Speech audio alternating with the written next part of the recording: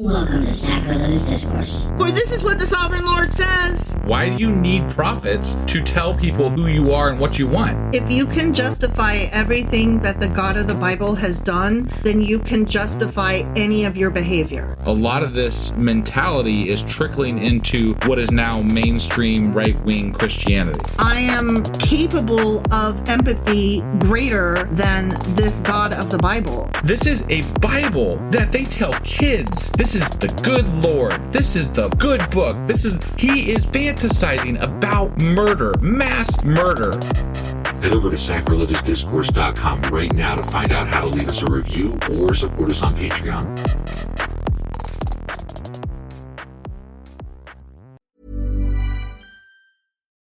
Since 2013, Bombas has donated over 100 million socks, underwear, and T-shirts to those facing homelessness. If we counted those on air, this ad would last over 1,157 days. But if we counted the time it takes to make a donation possible, it would take just a few clicks. Because every time you make a purchase, Bombas donates an item to someone who needs it. Go to bombas.com/ACAST and use code ACAST for 20% off your first purchase. That's bombas.com/ACAST, code ACAST. To get people excited about Boost Mobile's new nationwide 5G network, we're offering unlimited talk, text, and data for $25 a month. Forever. Even if you have a baby. Even if your baby has a baby. Even if you grow old and wrinkly and you start repeating yourself. Even if you start repeating yourself. Even if you're on your deathbed and you need to make one last call. Or text. Right, or text. The long-lost son you abandoned at birth. You'll still get unlimited talk, text, and data for just $25 a month with Boost Mobile. Forever! After 30 gigabytes, customers may experience slower speeds. Customers will pay $25 a month as long as they remain active on the Boost Unlimited plan. Forever! This Halloween, ghoul all out with Instacart. Whether you're hunting for the perfect costume, eyeing that giant bag of candy, or casting spells with eerie decor, we've got it all in one place. Download the Instacart app and get delivery in as fast as 30 minutes. Plus, enjoy $0 delivery fees on your first 3 orders. Offer valid for a limited time, minimum $10 per order, service fees, other fees, and additional terms apply. Instacart, bringing the store to your door this Halloween. All right, so we are here in our bonus episode. Bonus? Bonus. Okay, yeah, bonus. Bonus. Yeah, Yeah. just making sure, Bonus. Yeah, I don't know where that came from, sorry. And we're going to talk about a couple of conspiracy theories. I figured. Yeah, because that's what I said. Yeah, we said that already. Yeah. Right.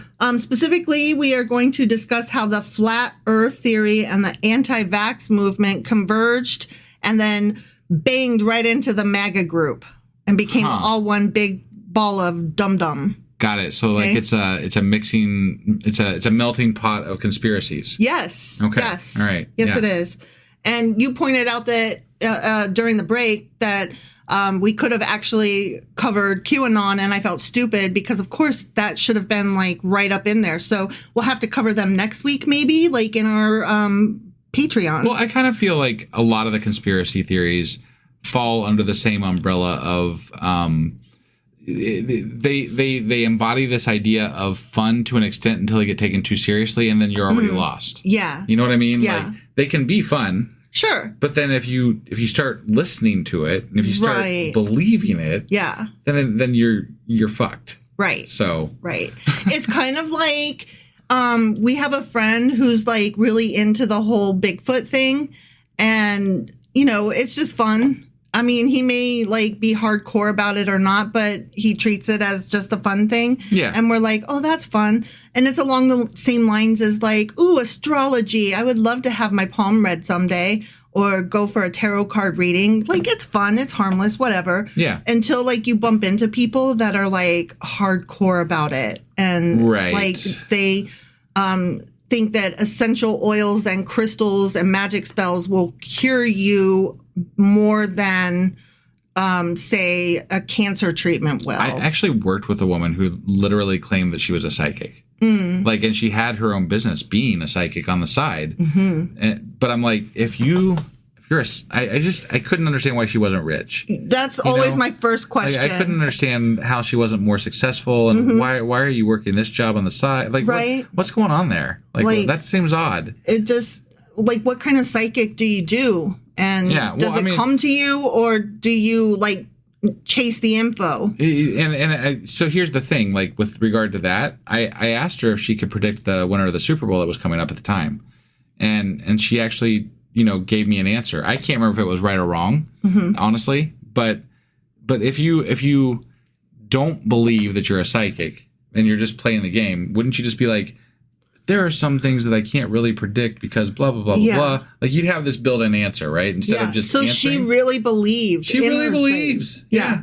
Okay. I'm like, damn, that's you're owning that shit. Yeah. Like most of the people that I know that believe in like tarot and astrology, most of the people in my circle of friends that lean that direction do so with the understanding that it is pseudoscience and that it's more about like, how does this make me feel?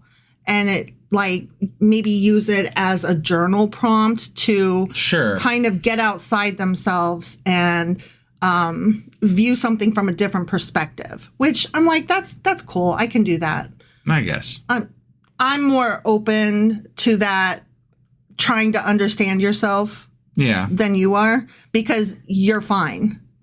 Right. Like you don't have a question, like you don't question who you are. You know yourself. I mean, yeah, more or less. I mean, it's not that I don't struggle with things sometimes, but I mean, I have a pretty good sense of self-actualization. Like I'm able to, I am who I am. Well, I was going to say that toward that end, most of the people that I know that are that way are the writers and the dreamers and the creators and the artists, and they enjoy having that alternate perspective and asking that question and going a bit further, which can lean into the hooey that you're like not about. Right, so, because my questioning and my other is usually based in facts and, studying something. Right, but we can't all be Spock. Some of us have to be, the doctor and ask the questions. Right. Like the doctor is still about medical, Bones is a medical person, but he has some heart too. Right, yeah. So some of us are more Bones and some of us are more Spock. Sure. All right, boring person, let's go. All right. The convergence of flat earth theory, the anti-vax movement, and the MAGA movement is a fascinating example of how fringe beliefs and conspiracy theories can combine into a powerful and even far-reaching cultural phenomenon. And isn't it though? Yeah, and I put this together and I outlined or I underlined specific words that like I used that called out to me, like fringe beliefs and conspiracy theories. Like these used to be radical. Yeah. Far out. Well, and I don't know. So like there are things I remember, and like conspiracy theories when I was growing up usually meant these like FBI things that happened behind the scenes. It was this like deep state thing, right? I didn't think of conspiracy theories as anything more than like government conspiracies generally. When I was like younger. JFK. Yeah. Prime example. Right, yeah. Elvis on a more comedy one. Yeah, exactly. So they were things that sometimes had some basis in truth, right? But they got taken to this level of knowledge that didn't actually exist. And cult following. Because people put, this thing together with that thing and made it work over here. Like, it's just this whole... They cared way too much about it instead of just being like, I wonder about that. Yeah, they cared. And actually, we were talking about that on the Discord. Like, sometimes it's okay to just be like, I don't know. Right. Like, I don't know is a perfectly acceptable answer sometimes. And moreover, it shows humbleness and the ability to... I feel if you can say, I don't know, you're more likely to be someone who is willing to learn than not. Well, yeah, because you are able to engage in critical thinking. Right. And humbling yourself means that you have room for curiosity and finding the answer.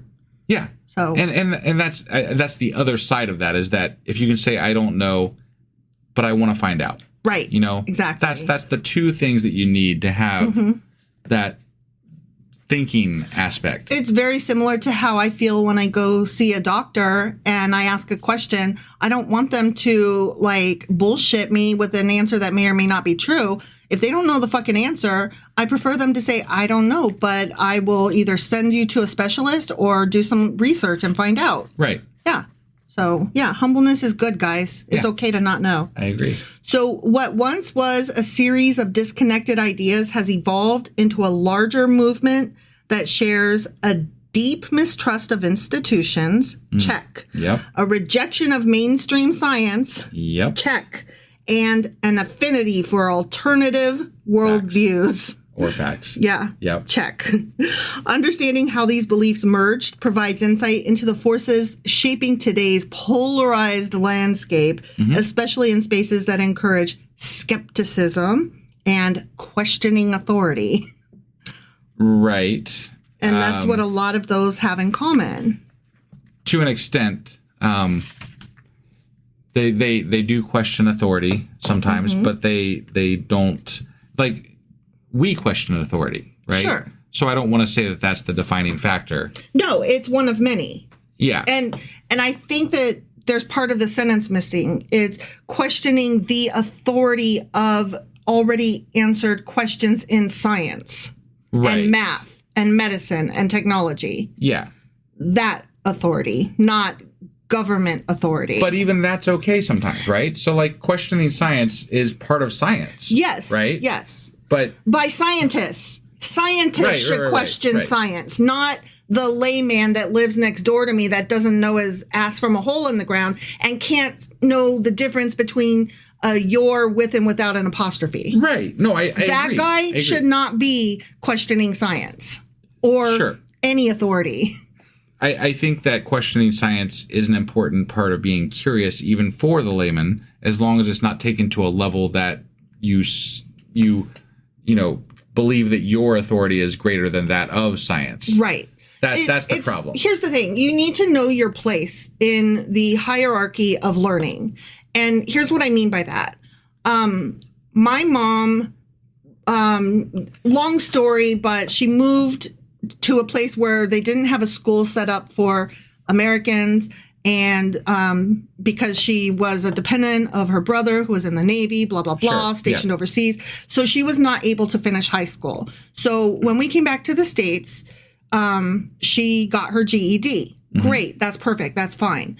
Right before I graduated from high school is when she decided to get her GED. And then a few years later, she decided to attend community college. Yeah. Which that's great. I so applaud that. I'm the one that encouraged her. Sure. But when she brought home her math homework, she was very limited in understanding the theories that she needed to understand. Sure. She was not at even the basic level of college freshman, community college level math. Right. And she would argue with the instructor to understand, but why?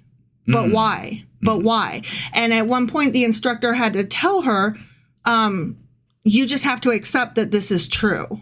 And the rest of the sentence that the instructor didn't say was, you're really not in the right class. This class is too advanced for you because you should have already learned these theories. And this class is about this level. Well, and I mean, especially with math, right? Like there's a lot of things at a lower level that you have to take as given until you reach a higher level where you start understanding some of those concepts more in detail, right? And I'm saying that as someone who is not good at math, but who loves math. I'm that odd person that, like, most people are like, I'm not good at math, so I hate it, or I hate it because I'm not good at it. Like, the two go hand in hand. Yeah. I suck at math. I fucking love math. That's weird.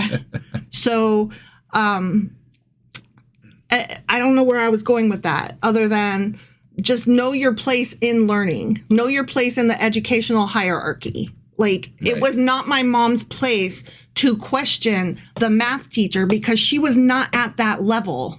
Right. She couldn't understand because she needed to be at a lower level of math. And that's what I mean by the layman. Yeah. No, I got it. You know? Yeah. Okay. All right. So let's talk about flat earth theory for just a second here. Please. Okay. Yeah. Flat earth theory posits that the Earth is not a globe. Yeah, okay? I gathered that. Yeah, yeah.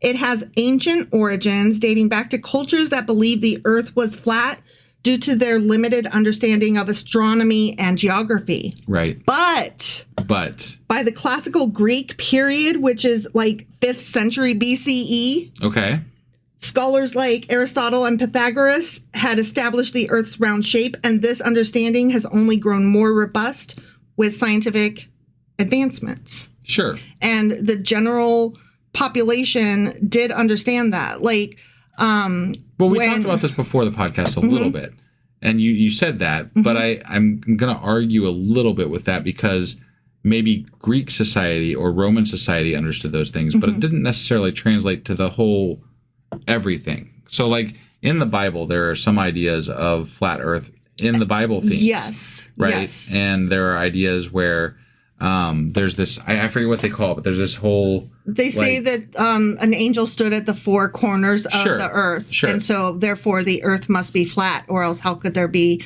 four corners? Right. Yeah.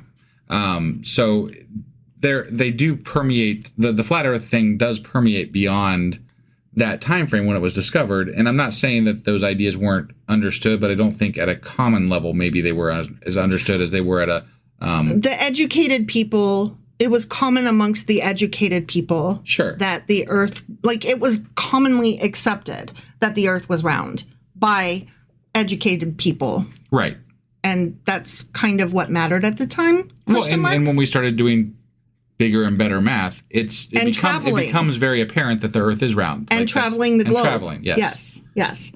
So the modern flat earth movement, however, can be traced to the 19th century, specifically when Samuel Robotham, now here's the thing, I don't know how to pronounce his last name, but it looks like Robot Ham. Yeah. And so that's what I'm calling him henceforth because he's a doo-doo brain. Okay. Robot Ham. Robot Ham. Okay. Yeah. When Samuel Robot Ham, a British writer, published Zetetic Astronomy, arguing that the earth is flat based on selective biblical interpretations like the one that we just spoke of, specifically that one, and flawed experiments. Like, he had one famous experiment where he was like, we're going to see the entire ship come up over the horizon, like, all at once. And then, so a bunch of people, like, gathered there. Yeah. And, of course, that's not what happened. Right. Yeah.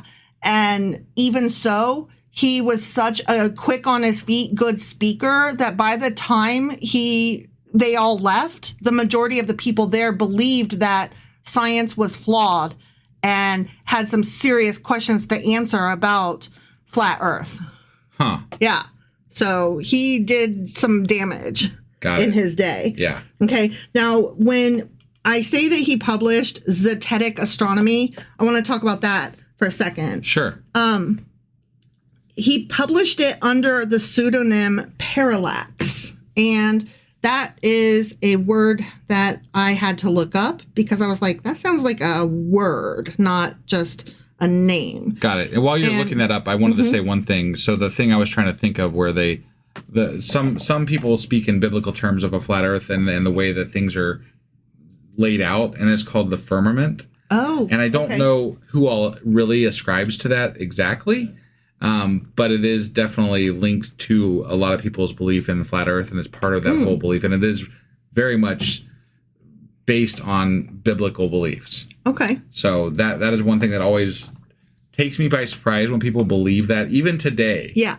And I'm like, what the fuck? Yeah, there's some people that believe that it's all covered by a globe. Yeah, no, that's it. Yeah, like, and it's a flat Earth, but there's this whole like. But not all of them. There's like an ice thing up there, and there's like all these things that are happening up there in this, like, because it was something biblical. It was something that I don't even fucking know. Right. But it's so weird. It's so weird. To me. So, Robot Ham. Yeah, Robot Ham. He published Zetetic Astronomy under the pseudonym Parallax, and parallax is a displacement or difference in the apparent position of an object viewed along two different lines of sight. And due to foreshortening, nearby objects will show a larger parallax than farther objects, so parallax can be used to determine distances. Okay. So I find that very interesting that he published it under like basically a scientific and mathematical principle that he's saying proves his point. But it doesn't. Exactly opposite. Right. You know? Yeah. Like, you're weird, Robot Ham. But that's not all. Like, originally, this was... I got to say this real quick. So I do feel like a lot of the pseudoscience that start some of these conspiracy theories, they come up with some very scientific sounding basis for those theories. Yeah. So and that's part of that whole... trying to sound smarter than you are. Yeah. And that makes it believable to the gullible who can't be bothered to research it further. Right. I generally, again, I'm going to go back to this. Generally, when I don't know something, I would prefer to say I don't know. Yeah. And I'm sure I'm guilty of not doing that, but, you know, I probably... Well, you and I call each other out like all the time. So. Yeah, but and I think part of the beauty is that we're okay with being called out. Yeah. You know? Yeah. Yeah, as a matter of fact. For example, we got to do a correction probably on the next episode, actually, because of something that happened on the last, the contradictions episode, I believe. Yeah. Or no, it was the wrap up. Yes. Because you were referring to Ibid. The Ibid as a book of the Torah. I was getting it or whatever. No, it wasn't a book of the Torah. I was saying it was one of the Jewish writings. Because I was confusing it with another word. Right. And I can't think of it right now because I don't have that in front of me. Right. Yeah. And our dear friend Fern pointed out what a dum-dum I am, but in very affectionate terms. And I was like, oh, shit, Fern is right. I got that wrong. Yeah. Yeah. But we don't mind being called out, and we want to be called out because I want the right answer. I think the correctness is important. Yeah. Right. And if I could go back and like edit that to make it work better, I would, but it would just sound horrible at that point. I mean, you would have to like do an insert and be like, editor here. And if I had more time and ability to do that, I would definitely do that actually. But that's not the first level of time. That's not the first episode you'd have to do that too. Oh God. And it's not the most egregious. Yeah, no. So it would definitely be a lot of editing. The best we can do is to own it in the next regular episode and apologize. Right. And give credit to the person who pointed out what a dum-dum I am. And it's usually me, just being honest. All right. So going back to Robot Ham and his book, Zetetic Astronomy. Yeah. And his pseudonym Parallax. Originally, that was just a 16-page pamphlet that he put out in 1849. And then later, he expanded it into a book in 1865. So 14 years later, it came out. He was so impressed with his wrongness that he made it more wrong. Yeah. Okay. And he added the subtitle, Earth Not a Globe, ! Got it. And you can order this book still today. No shit. It is outside of copyright, so you can read it for free. Oh, okay. I mean, you could probably read it at your local library anyway, right. But you can copy it for free. It's not a crime because it's old enough and is considered a part of history. At this point, scholars consider it a part of important history in defining an era. Sure. So, like, it's literally been labeled as such. Ah, yeah. Okay. So right. this document. Well, and I guess you could even translate that to say, and started the movement for what is still happening right now. Yes, and that's why. Yeah. Let's see, where was I? I'm sorry. So this book argued that the Earth is flat based on selective biblical interpretations and flawed experiments, which we discussed. Right. Although dismissed by the scientific community, the theory persisted among conspiracy theorists around the globe. Yeah.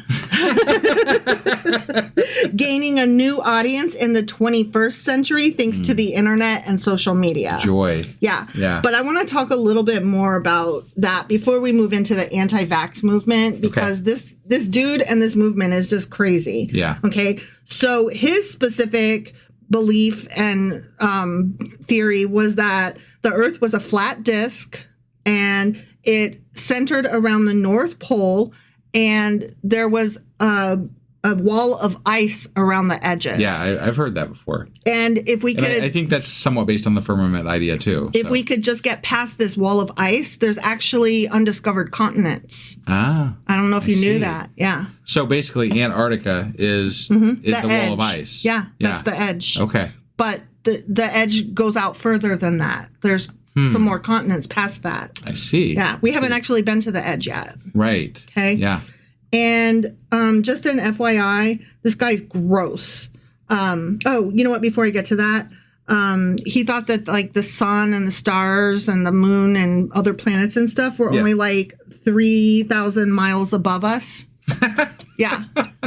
So, yeah, he was really dumb. I think we've pretty much proven that one wrong. Yeah.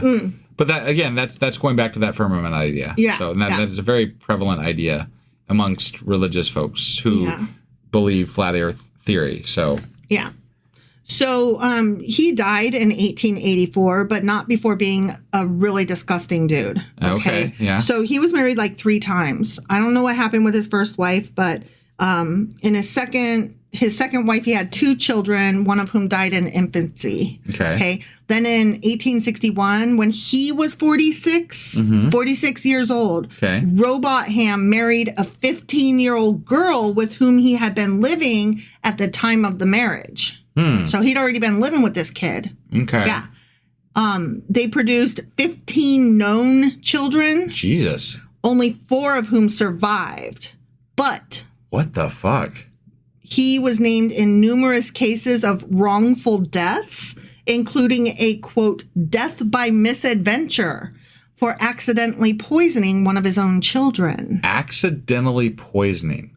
I was struck by death by misadventure. Yeah, no, I mean, definitely. But, like, how the fuck do you accidentally poison? I mean, like, that, what? You know how, like, when you're walking around with arsenic and you just are, like, talking and waving your hands and then, you know. And you just accidentally dump it in your kid's mouth, you know? Yeah, like you put it in the Cheerios, right? Yeah, for sure. And then your kid eats it and you're like, oh, fuck, that was an adventure.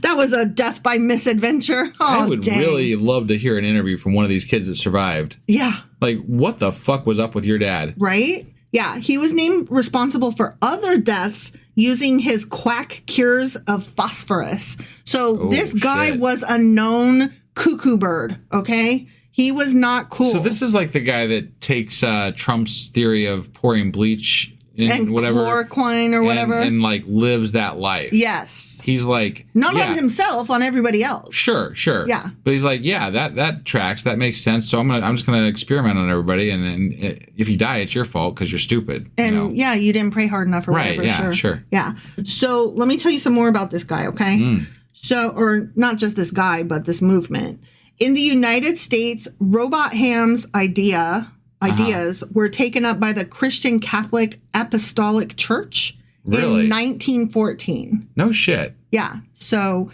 this is not like a conspiracy theory that goes back ages and ages and ages. Wow. This was the early 1900s is when it hit America. And that's interesting. Yeah. That's interesting. Like I thought that it was just like a bunch of dum-dums left over and they never got the memo, and every generation, a couple more just like keep non-believing, but no, this was a specific conspiracy theory brought to America that just persisted. Okay. Yeah. So that the Christian Catholic Apostolic Church the theories were promoted widely when the church added a radio station in 1923. Okay. Yeah. Now, think about this. He was already dead by this point. Sure. Okay. Yeah.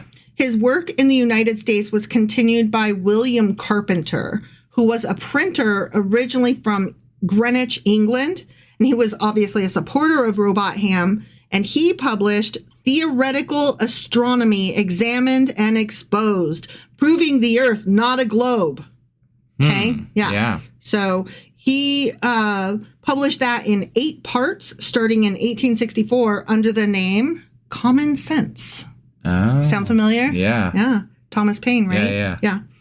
And then he later emigrated to Baltimore, where he published 100 Proofs the Earth is Not a Globe. Oh my God. In 1885. Wow. Okay, so we've got that guy, and then we've got Robot Ham's ideas adopted by this church, who has a radio station. Yeah. Okay, so we've got all these people. You know where this church was located at, or did you come across that information, or no? I didn't. I could find out, but yeah. Whatever. No, that's fine. I just was curious. Probably somewhere on the East Coast. I mean, more than likely, based on the time frames and you know, traveling whatever. and stuff. So, yeah. So after Robot Ham's death, Lady Elizabeth Blount, love that name, Blount, continued the Universal Zetetic Society, which Robot Ham had founded. The society published a magazine entitled The Earth Not a Globe Review and remained active well into the early part of the 20th century. Wow. Yeah. Wow. The 1900s, y'all. Like, present day, you know? Like, all of us were alive in the 1900s. You said the early 1900s? Okay, yeah, the early 1900s. Okay. So not all of us. So it's not present day, but yeah. Right, but almost. Okay. Okay, like our grandparents. Okay? Got it.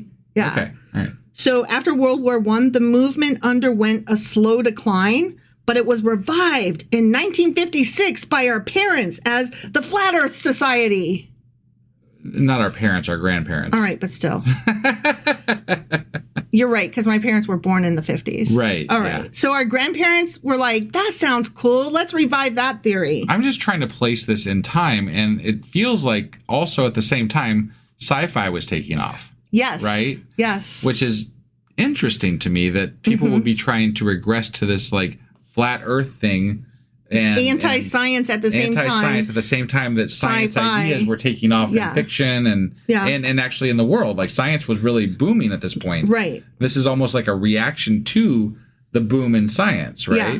Well, I could see that because religion would have been like, absolutely not, especially after being shook up by World War I. Well, I mean, just think about our reaction to AI right now, right? Mm-hmm. There's always, and I mean, a lot of our folklore for the United States is like John Henry, you know, like there's this whole idea of fighting against progress in place, like the human means more than the progress, right? Yeah. There's this idea in man society. Against machine is a theme, and man against whatever. And there's a prevalent idea of that throughout our entire history of humanity, right?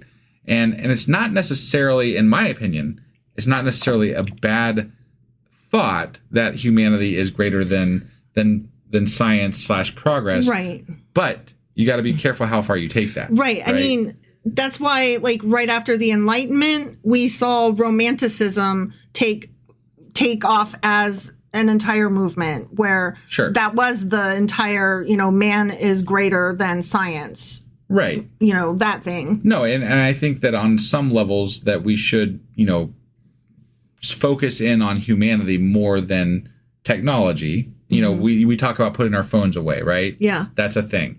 We talk about disconnecting. That's a thing, right? I have no issue with people talking about those things. But when we talk about regressing scientifically as a society, that's a whole separate ball of wax. Yeah, like you need to get off social media for a few weeks is not the same thing as, and we need to shut down a bunch of websites. Like, I'm sorry, what? The entire internet? What? Stop. Right. Stop. Yeah. You know, chill. Calm your tits, I guess is what I'm saying. Right. I mean, I believe access to information is good, but I do also believe at the same time, and I hold both of these ideas in my head, that breaking away from that technology is good for the human, good for the person, you know, to do those things as well. Yeah. So, well, that's what I'm saying. You take a break from social media. And I say this as someone who is very much involved in technology. Yeah. So. Yeah. You can take a break from social media without needing everybody else to at the same time, though. Right. So that's where I was trying to go. Yeah, for sure. All right. So internet era resurgence is where we see all of these things take off. Yeah. Okay. Yeah. In November 2017, more than 2017. Yeah. Okay. Yeah. Just to want to emphasize how recent this is. Sure. More than 500 people paid as much as $249 each to attend the first ever Flat Earth Conference in a suburb of Raleigh, North Carolina. Oh my God. According to a 2018 YouGov opinion poll, just 66% of millennials firmly believe that the Earth is round. 66%? That's it. That's what? That's frightening. You gotta be fucking kidding me. That was as of 2018. I don't give a fuck if it's any time in the last 10 years. It's probably gotten worse. 66%? Yeah. Yeah. If you can get a millennial to care at all. Okay. Did you look at this study? Like, this is a real study? This is a real study. Oh my God. Yeah. I don't even know what to fucking say. Right? That doesn't make any goddamn sense. Yeah. It's terrifying. How the fuck do we live in? Okay, I'm sorry. I am really disturbed by that information. That is really disturbing. It really does explain a lot, though, and it explains why things are so close between Harris and Trump. We're like, how though? How? Well, if millennials either don't care or don't believe that the Earth is round. Like, to me, that's everything. That says everything. Oh, we're doomed because we're all fucking stupid. Got it. Right. I see that you're searching this. So just to repeat it, it was the 2018 YouGov opinion poll. Okay. So I'm just curious. Like, yeah. So it actually is referenced when I look it up as at that time that 66% of millennials. Huh. So yay for the 66%. I hope that you're one of them. Okay. Right. And the problem too is that celebrities, like a lot of rappers and a lot of basketball players, and I'm not going to go through all the names because I don't want to. Yeah. They advocate for flatness. Got it. Yeah. So that's why we need, since these dum-dums are out there spouting nonsense, we need celebrities, for example, Taylor Swift, to come out and be like, no, vote for Harris, you fuck faces. No, you guys, the earth is round. Jesus Christ, really? Now, I do want to point this out because this is kind of like it's kind of the epitome of how these things spread. But that same poll said that only 4% firmly believe the earth is flat. Okay. The rest of that is based on people who used to believe it was round but now have doubts. So there's 30% out there running around that aren't sure, is basically? Yeah, basically. That's the rest of the numbers. And they can be influenced one way or the other. They're sitting the fence on the earth is round thing. But the fact that they don't fucking know one way or the other, that's problematic. No, I agree. And they don't have the COVID thing that closed down schools for 2 years. They don't have that to blame as to why. Yeah, not as of 2017. Right. Yeah. They had already graduated. Yeah. Now, Gen Z could use that as an excuse for why they don't know stuff. But Gen Z seems to actually be more inclined to know stuff and give a shit, which kind of goes hand in hand. That's my sense as well. But I mean, biased. I think with them being younger, that is yet to be determined as well, to some degree. Only to a very small degree, sure. Because Gen Z is already serving in politics. Right. Like, we've already had a few voted in as congressmen, I believe. Got it. Yeah. So, I mean, I'm sorry, their opinion counts. Yeah, no, I agree. I agree. All right. In the information age, the availability of communications technology and social media like YouTube, Facebook, and Twitter have made it easy for individuals, famous or not, to spread disinformation and attract others to erroneous ideas. One of the topics that has flourished in this environment is that of flat Earth. These sites have made it easier for like-minded theorists to connect with one another and mutually reinforce their beliefs. And I would like to point out, too, that algorithms actually send you down rabbit holes. I'm literally about to say that. Got it. Sorry. Yeah. I didn't realize that. No, I mean, that's good that you are aware of that. Yeah. Yes. Social media has had a, quote, leveling effect in that experts have less sway in the public mind than they used to. YouTube had faced criticism for allowing the spread of misinformation and conspiracy theories through its platform. In 2019, YouTube stated that it was making changes in its software to reduce the distribution of videos based on conspiracy theories, including flat Earth. And that was composed of, done via the algorithms. Yeah, specifically. But they had to specifically edit their algorithms to do that. Yeah. They're still not going to change things that they're not being forced to do because if what any social media platform does is they take what holds you on their site the longest and they keep showing you shit that goes along with that. Yeah. Because they know that that's going to send you that's going to keep you on their platform longer. And send you down right? the rabbit hole. It's a good business practice, but it's not good for society. Right. So. Yeah. So there are scholars that offer some explanations for what the fuck is happening here. Yeah. There's the Dunning-Kruger effect, which is the phenomenon whereby ignorance in a field makes people unable to recognize their own ignorance or lack of ability in that field. Sure. Like, yeah, you don't know that you're dumb. And the more that you don't know, the more dumb you are. Right. And the smarter that you are, the more that you realize how much you don't know. Sure. And so you're able to admit, oh, I'm not very good at that. Right. Yeah. You know what I mean? Yeah. It's just like opposite. Like, sure. Basically, if you claim to be like the smartest, you're probably dumb because you are thinking that you're an expert in something that you may not be. Unless you really are. I mean, then, you know. But let's think about who granted you that title. It can't just come from within. I mean, what if you had the Nobel, physics prize or whatever, right. That was granted by an organization renowned for understanding what is smart. Right. You can't just decide yourself, you know what? I'm a fucking smarty. Yeah. Like, so you are a dummy then. Okay. Got it. All right. Yeah.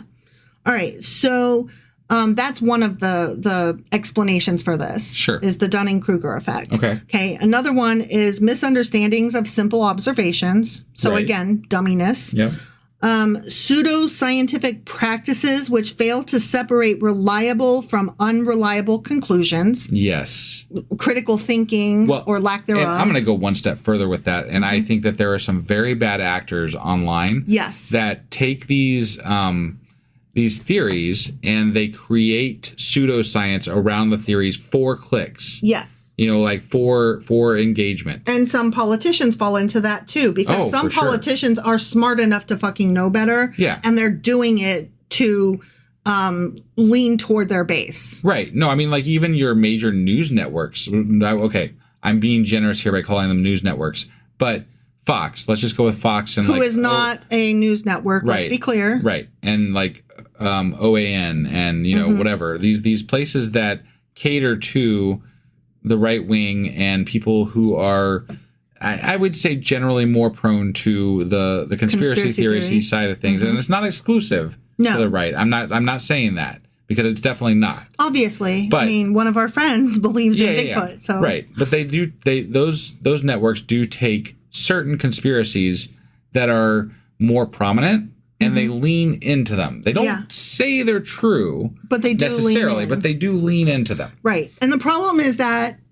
people who are of a religious persuasion, once they've already decided they're okay with this type of magic, it's not a far leap to believe in other things. They're already persuadable, moldable. It doesn't take a lot. Sure. So that's another part of the problem. I don't think it's necessary that people need to be, experts in science or need to question everything all the time. I think that part of what the reckoning of our society is going to be is how much, how much time people should. I don't know. I'm trying to think this through as I'm speaking, but the amount of information that is being pumped into everybody in our society is more than it has ever been. And we don't really know what the outcome of that's going to be, right? We've never had so many people with so much information available to them. Right. And we've never had a society where we had to deal with that. Right. So it's one of those questions we're going to have to grapple with in coming years. So yeah, definitely. The final explanation, so we had the Dunning-Kruger effect, misunderstanding of simple observation, lack of critical thinking and ability to discern reliable sources from non-reliable sources. The final one was a progressive divergence from reality that starts with a belief that conventional information sources and the government cannot be trusted. Yes, and I think that is probably one of the most nefarious ways to get people to go down these rabbit holes, and that's to start saying, like, you use politics, you use things that people already have this aversion to, Because there has been no point in history where people love the government, right? Right. So it's a known fact. And it's a running joke even that we don't like our politicians. You like your politician, but you don't like everyone else's politician. Sure. Right? It's a running thing. Yeah. And that is used as a wedge for people to start going down paths that are even worse, right? Because if you can say, don't trust this authority, obviously, because these people are bad, people are going to believe that. They're going to lean into that, and then that allows them to open up their mind to other ideas of what might be true, what might be correct when it's not. Right. So, and I would say that libertarians kind of fall into that. Not all of them fall for it, but they kind of fall into the group that you might, like, if you're trying to persuade people. Well, because they one are way very, or the other, they're very already, anti-establishment. Right. Sure. That's what I'm saying. So they're your, like, quote unquote independent voters, even though they also have their own leader.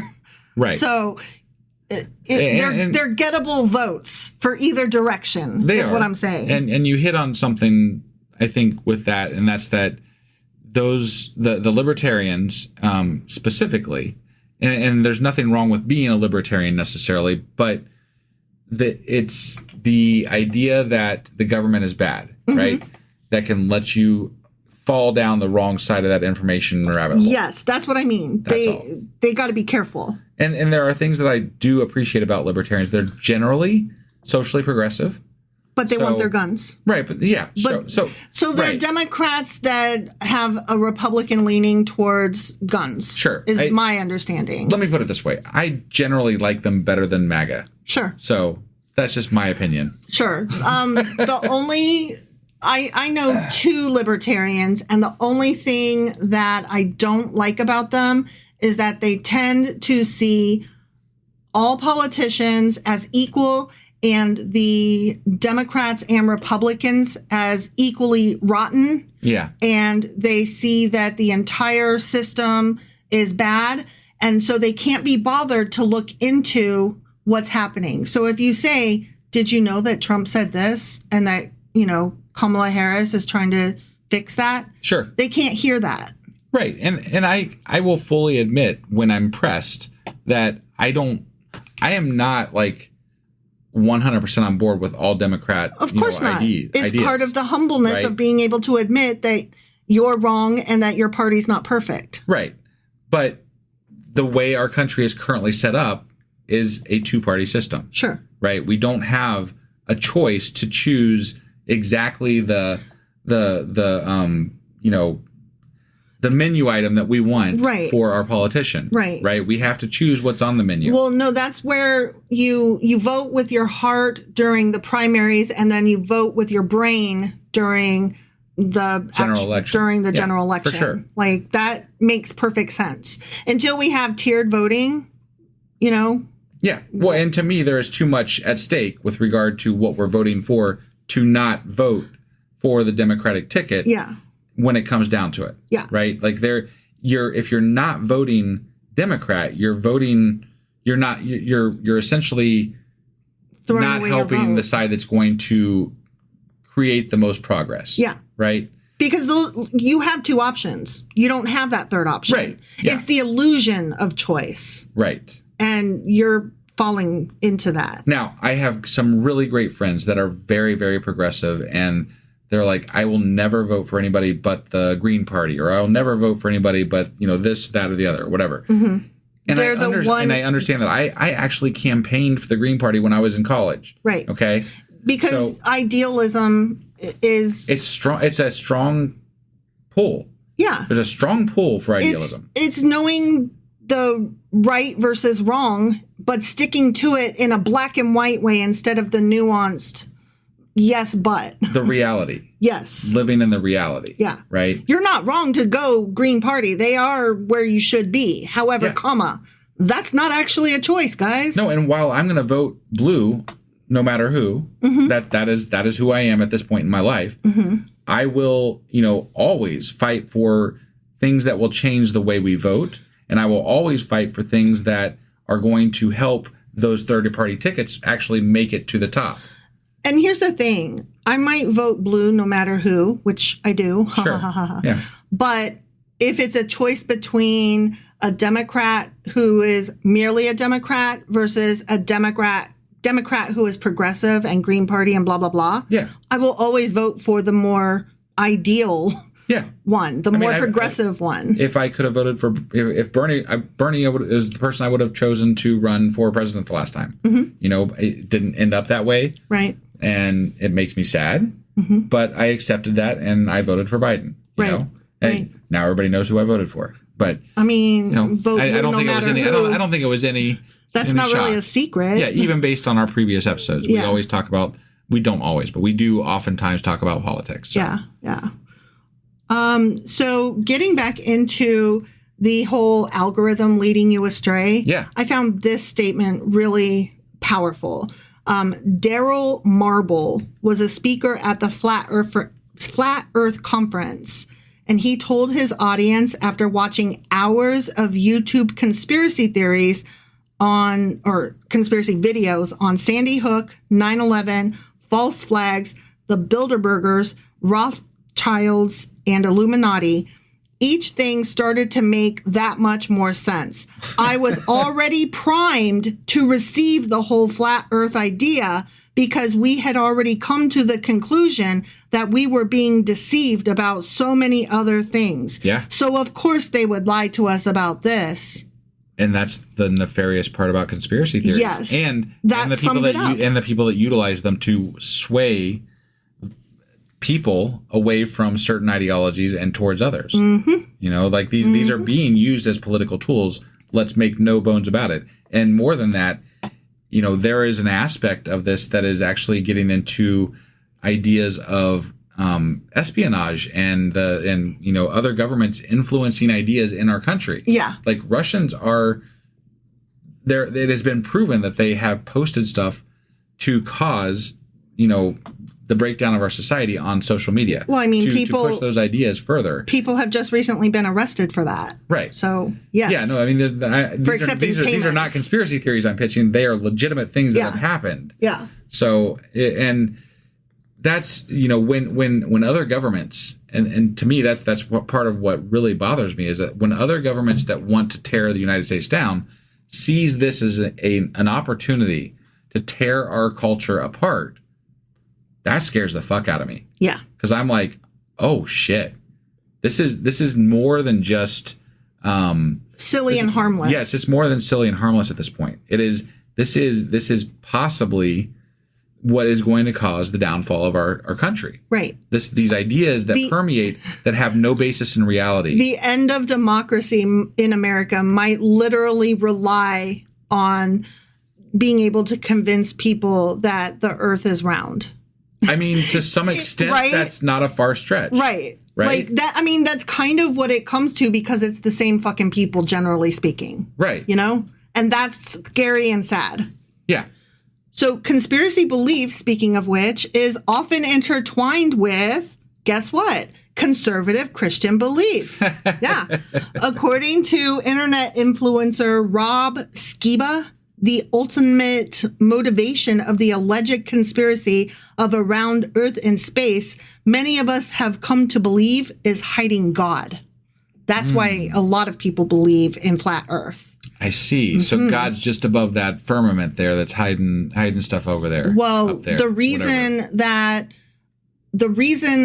so many people, because my question was, why are so many people, like, why would scientists keep this a secret? Like, why do flat earthers believe that NASA and scientists and important intellectuals? Yeah, it seems like a very why would they keep it secret? Expensive secret. Yeah. Right? Like, what is the point? Yeah.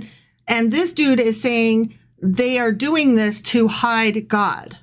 And they're setting it up as an us versus them, right? Yeah. So obviously the people that are trying, the scientists, right? This is where it gets real bad. The scientists and the politicians, especially, generally speaking, the left-leaning, you know, progressives that believe in science and think that that's the right way to go with things, they're literally trying on purpose, hiding this other idea because they don't want you to find God because God will come down and punish them and whatever. They're trying to lead you astray. That's the devil's work, et cetera, et cetera, et cetera.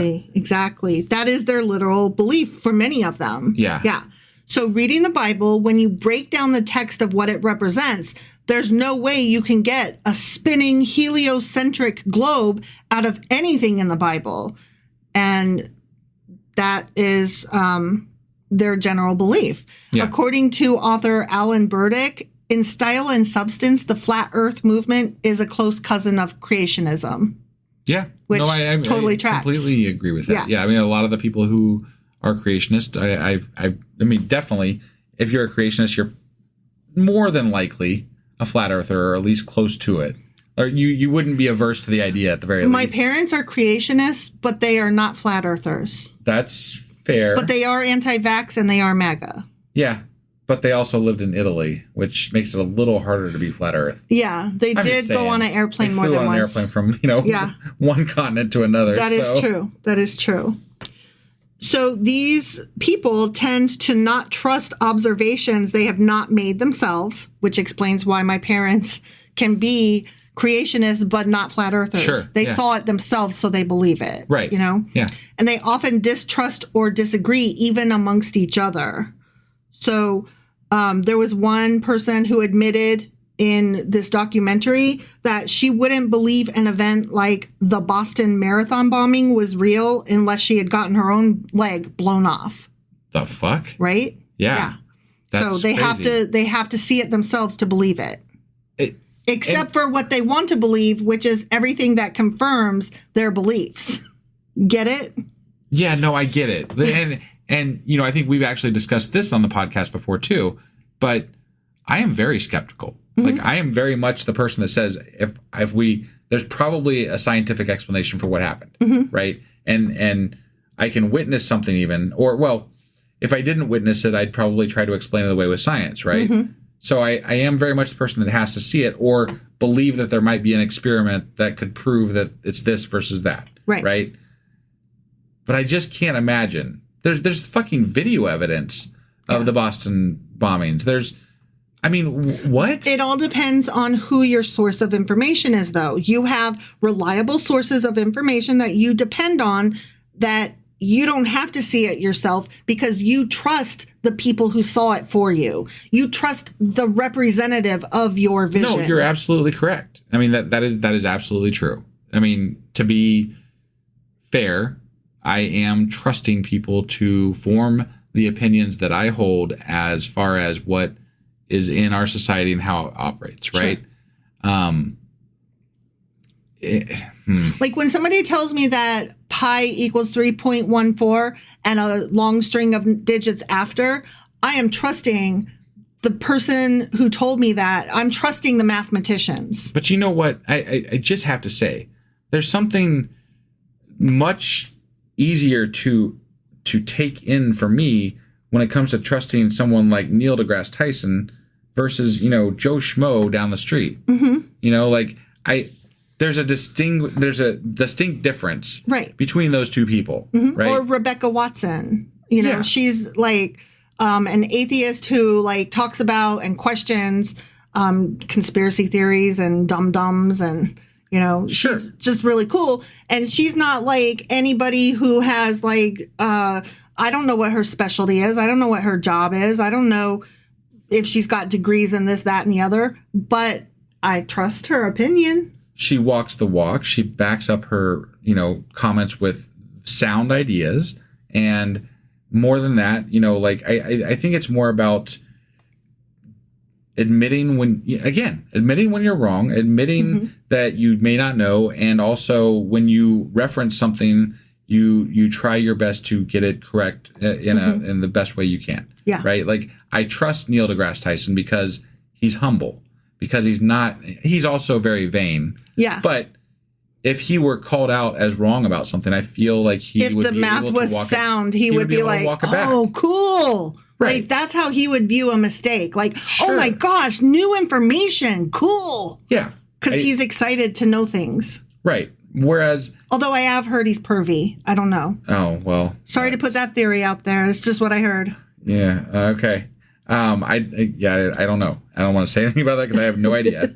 So, but yeah, I think, I don't know. I lost my whole train of thought now. Sorry. Yeah, no, that's I right. derailed you with rumors. Because I didn't have you at what? Yeah, he's a smarty guy, so you trust his opinion on stuff. Right. Yes. Generally, that was where I was going with things, I guess. Okay. So these people tend to not trust observations that they have not made themselves, and they often distrust or disagree with each other. And that one girl that I just told you said she wouldn't have believed that the Boston Marathon bombing happened unless her own leg was blown off. Yeah. Flat earthers in that same documentary that they got this lady saying that they also professed belief in conspiracy theories about vaccines, genetically modified organisms or GMOs, chemtrails, 9/11, and transgender people even. Some said dinosaurs and evolution were also fake, and that heliocentrism is a form of sun worship. Do you know what heliocentrism is? The belief that okay, so you know how at one time we believed that the earth was the center of the universe and everything went around us? Yeah. Well, that belief is a very Christian-based belief. Putting the sun at the center of the universe, heliocentrism, is sun worship, according to them. Got it. So we're worshiping Ra by saying, or, whatever form of the sun god, that they profess to or think that we are worshiping. Got it. Yeah. By following science, we are worshiping the sun. Huh. Interesting, right? That is interesting. It even also has a little bit of, I could see why you would think that. Okay. Yeah. I guess. But I'm not saying I agree with you, but I'm like, no. That makes sense in your belief system. Right. It's a good way to excuse your not taking scientists seriously. Right. Right. Like you've got parts of your Bible that say, but four corners, so earth flat. And obviously, the sun's not the center. So, if you say that, clearly you're worshiping the sun god. Like all of those things make sense in the world that they have created. Right. Like their own story does not contradict itself. Yeah. So that's cool. Right. Cool. All right. I have more though. Okay. Yeah. So based on the speakers at the 2018 UK's Flat Earth UK convention, believers in a flat earth vary widely in their views, which we talked about a little bit. Okay. While most agree upon a disc-shaped earth, some are convinced that the earth is diamond-shaped. Diamond-shaped? Yeah. Okay. And I wonder if by diamond we mean square, right? Well, I mean, it's, yeah. Because a square is a diamond just turned on its point. Right. Generally. Yeah. Furthermore, while most believers do not believe in outer space and none believe humans have ever traveled there, they vary widely in their views of the universe. Flat Earth International conferences organized by Robbie Davidson are unaffiliated with the Flat Earth Society. So we've got two different flat Earth things happening. Yeah. And they say, one of them says, Earth is a stationary plane with the sun, moon, and stars inside a dome. Oh, my. Right. Well, the Flat Earth Society promotes a model in which Earth is a disk flying through space. Got it. Okay. Yeah. All right. And obviously, they find each other's theories ridiculous. Sure. So that's fun. That's absolutely hilarious to me. So we've got three different factions of flat earthers. Okay. The first faction subscribes to a faith-based conflict in which atheists use science to suppress the Christian faith. Their argument is that atheists use pseudoscience, evolution, Big Bang, and round Earth to make people believe that God is an abstract idea, not real. So our science is the very problem. Got it. Yeah. That's okay. Right? In one of the factions. That's a lot of that's hard to fight. Yeah. Like that's not, like when people don't trust the sources that are the sources. Right. Like, what are you supposed to do with that? Walk away. Just be like, okay. And we obviously can't talk about this if we can't even agree what makes a rainbow. Right. You know? Yeah. No, and that's where I struggle with taking this stuff. Like, we have to take it seriously because of the implications of what this could do to our society. But at the same time, how do you take it seriously? Right. How do you fight this level of disinformation? Well, and then that gets into, there was a question about platforming these silly beliefs, right? Sure. You don't want to platform it and normalize it, right? But at the same time, ignoring it is kind of how we got here. Yeah. No, I agree. And that's why we have to, like, platforming it is one. I think by platforming it, I think the problem is that we're allowing space for people that have these ideas to pitch them on national television and stuff. That's it for the first half of our conspiracy podcast. So if you want to join us tomorrow, we'll be back with part 2. The new Boost Mobile network is offering unlimited talk, text, and data for just $25 a month for life. That sounds like a threat. Then how do you think we should say it? Unlimited talk, text, and data for just $25 a month for the rest of your life? I don't know. Until your ultimate demise. What if we just say forever? Okay. $25 a month, forever. Get unlimited talk, text, and data for just $25 a month with Boost Mobile forever. After 30 gigabytes, customers may experience slower speeds. Customers will pay $25 a month as long as they remain active on the Boost Unlimited plan. Bombas makes the most comfortable socks, underwear, and T-shirts. Warning, Bombas are so absurdly comfortable you may throw out all your other clothes. Sorry, do we legally have to say that? No, this is just how I talk, and I really love my Bombas. They do feel that good. And they do good, too. One item purchased equals one item donated. To feel good and do good, go to bombas.com/ACAST and use code ACAST for 20% off your first purchase. That's BOMBAS.com/ACAST and use code ACAST at checkout.